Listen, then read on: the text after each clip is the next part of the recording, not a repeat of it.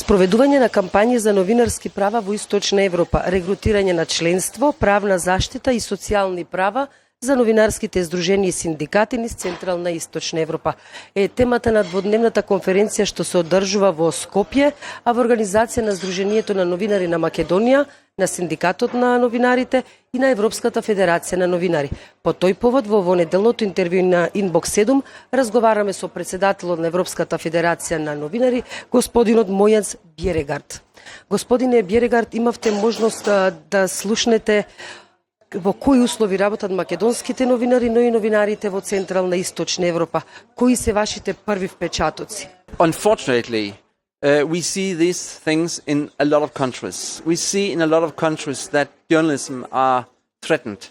And it tells me once again and again how important it is to fight for journalism, to fight for press freedom, and especially fight for that self-regulation, which is the most important way to ensure good journalism, to ensure quality in journalism. So we need to fight for that all over. But it's terrible to see what happens here. That you have a journalist doing his job sent to jail. We all hope that he will be released and that the case will be taken off. But it is a terrible thing. Како да се направи тоа? In many ways, in the single country as Macedonia, it's important to organize the journalists to be strong, to influence the politics, to make the difference, to be able to tell the public how important it is that media plays a key role for democracy. At the European level, we should go on talking with the EU, with the Council of Europe, and give our fingerprints have a clear touch on the EU legislation, on the EU policy, on what the Council of Europe are doing. So we all over Europe can know what are the standards, and that the standards are free media, editorial freedom, free speech. So we have to go on with this at different levels: local level, regional level, and European level.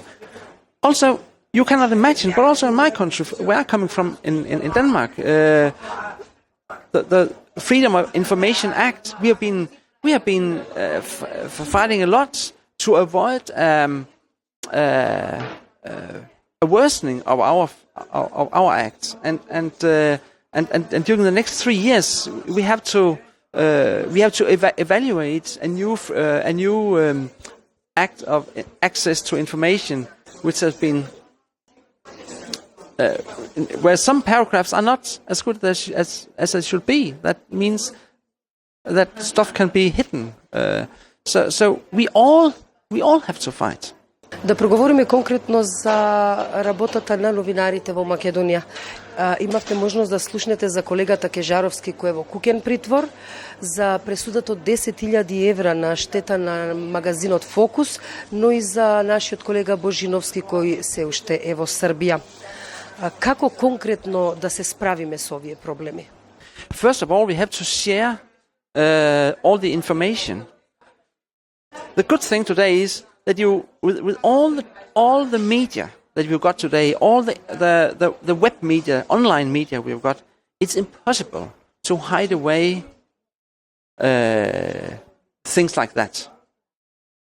You cannot, governments cannot hide away when they are trying to suppress media and journalists.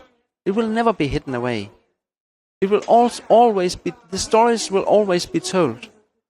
And we have first of all we have to share that. We have to share which tools are we going to use, and this is something that we have to discuss today. What tools have we got? And come back to recruitment, which is one of the big issues today, is that without organizing journalists, media workers, it is difficult to make the difference. But being organized, be able to tell the public the truth about this, because this is not only for journalists, it's for the whole society. The journalists are working for the society, working for telling the truth, give the information which is needed for the development of democracy. За да се избориме со предизвиците што ни стојат на патот на новинарството, споменавте нови алатки, нови патишта, нови начини. На што конкретно мислите? We have to change our focus away from how the media were in the past onto how will the media be in the future. We have to look at the way online media are working together with social media. We have to look at how cross-border media are working.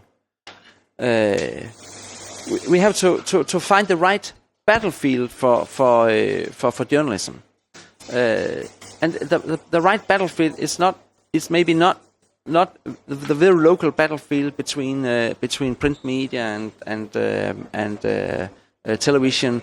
It's much bigger. So that's well, there's a lot of things that we have to deal with here. But I think one thing that we have to realize is the how social media and new online media work together. You have seen it in many countries where democracy tries to develop and sometimes fail, unfortunately. Every time online media and social media has gone hand in hand. And we also have to find our ways how journalism can be a part of the future in the future media. Дали може би еден од начините да се справиме со проблемите, да им застанеме на пат на притисоците и да се избориме за достоинството на својата професија е истражувачкото новинарство? Investigative journalism is very, very important. And this is also investigative journalism. It is a sort of journalism that have been supported from a lot of media organizations. In the country where I come from, we have an international media support, IMS, which has supported promoting of investigative journalism actually in this area, in the southeastern Europe, in Ukraine, in Belarus, and this is also a way to do it. Solidarity is a very important tool that we not only show our solidarity, but also make it in reality. Господине Бjeregard, кажете ми како Европската федерација на новинари конкретно може да помогне во остварувањето на социјалните права и правната заштита на новинарите? To have focus on